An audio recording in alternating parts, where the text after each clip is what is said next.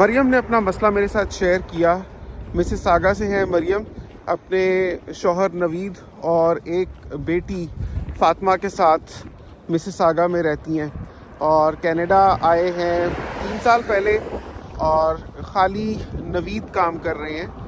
Maryam stay at home موم ہے کیونکہ فاطمہ صرف 1.5 سال کی ہے تو اس کا خیال رکھنا ہوتا ہے. تو نوید صاحب بھی کام کرتے ہیں اور کسی کمپنی کے ساتھ سیلز مینیجر ہیں. مسئلہ یہ ہے، مریم یہ کہتی ہیں کہ بلال بھائی آپ کی میں ویڈیوز دیکھ رہی ہوں آج کل، جو لوگ اپنے مسائل آپ کے ساتھ شیئر کر رہے ہیں، تو میرا بھی ایک مسئلہ تھا تو میں نے سوچا کہ آپ کی رائے لوں. ہو سکتا ہے کہ ویورز سے بھی مجھے کچھ مشورہ مل جائے کیونکہ میں کافی کنفیوزڈ ہوں. نوید ایک ضد پر اڑ گئے ہیں اور ضد بھی کچھ ایسی ہے کہ میں اس کو صاف رد بھی نہیں کر پا رہی، لیکن دوسری طرف اگر میں اس کو مان جاتی ہوں تو محرومی ہو جائے گی میرے لیے اور میرے لیے راستہ بند ہو جائے گا ایک. تو میں نے سوچا کون سا راستہ بند ہوگا، کون سی ایسی محرومی ہوگی، کیا ہی کرنے والے ہیں ان کے شوہر. میں نے پوچھا آپ کھل کر بتائیں، بات کریں کہ آپ کے شوہر کہنا کیا چاہتے ہیں، کیا مطالبہ کر رہے ہیں آپ سے.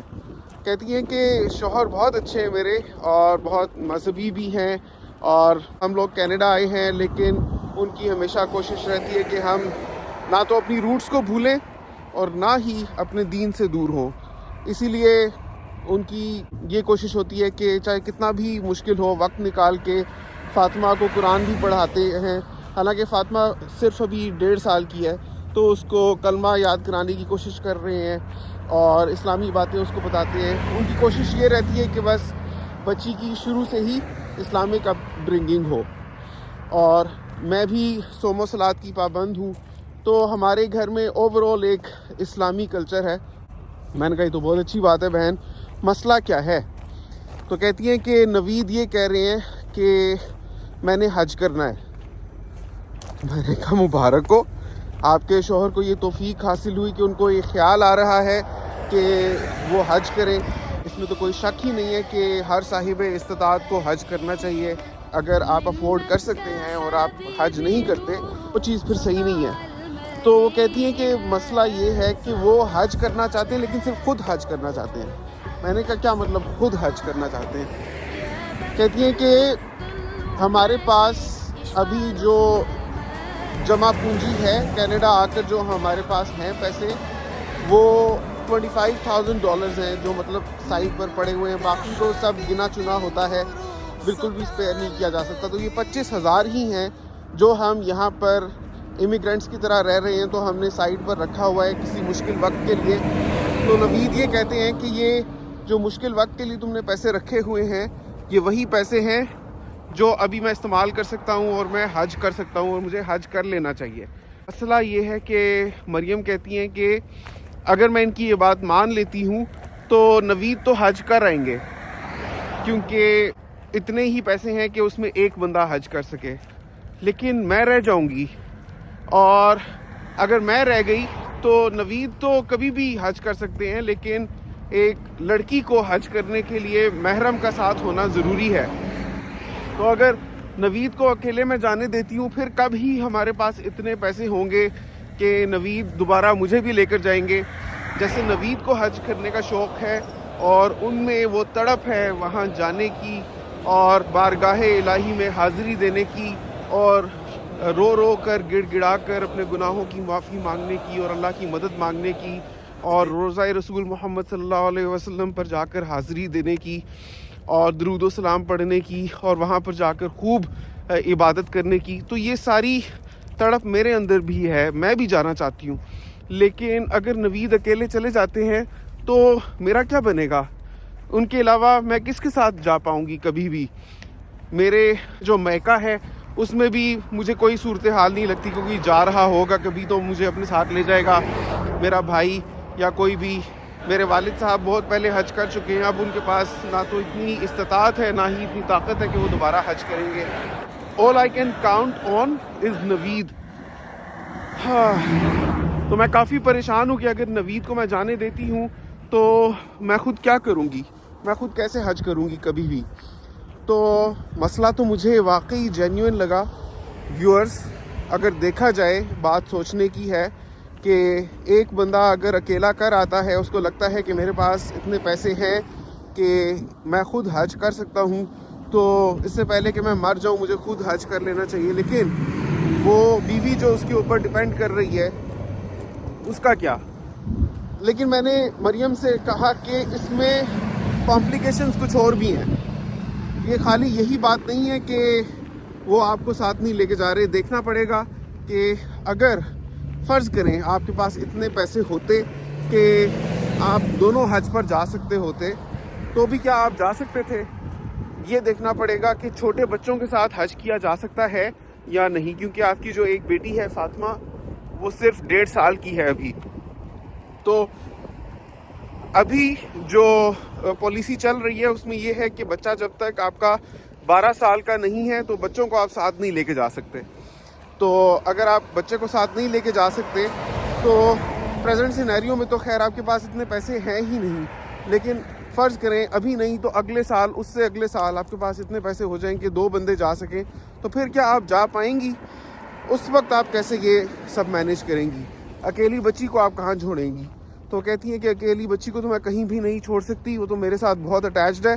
اور ہمارے جو پیرنٹس ہیں وہ پاکستان میں، ایک تو پاکستان واپس جا کر اس کو اگر میں پلان کروں کہ اس کو میں امی کی طرف چھوڑوں گی اور خود میں اور نوید جا کر حج کریں گے، تو وہ بھی ممکن نہیں ہے، کیونکہ میرے امی ابو کی طبیعت بالکل صحیح نہیں رہتی، اور ان کے علاوہ میں کسی کے اوپر بھی کاؤنٹ نہیں کر سکتی کہ کوئی ہے میرے ساتھ جس کے سہارے میں اپنی بچی کو چھوڑ کر جاؤں.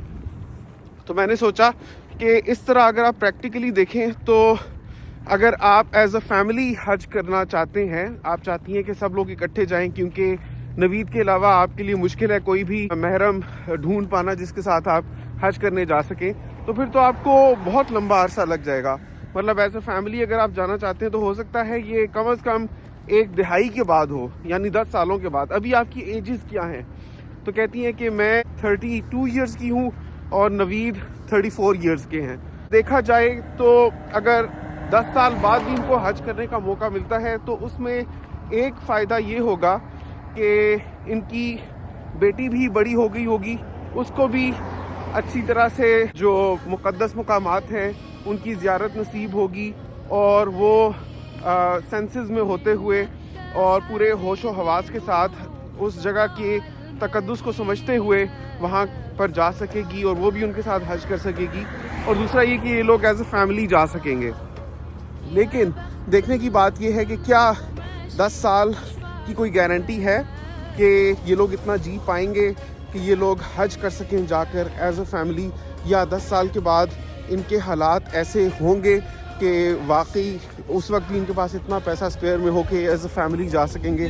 تو یہ وقت، صحت، حالات کے اوپر منحصر ہے کہ 10 سال بعد کیا سچویشن ہوتی ہے، یہ لوگ جا سکتے ہیں یا نہیں. لیکن کہتی ہیں کہ ابھی جو صورتحال ہے اس میں جو نوید کا خرچہ آ رہا ہے اگر وہ جانا چاہتے ہیں تو وہ $17,000 ہے کینیڈا سے. میں نے کہا ہے اتنا مہنگا؟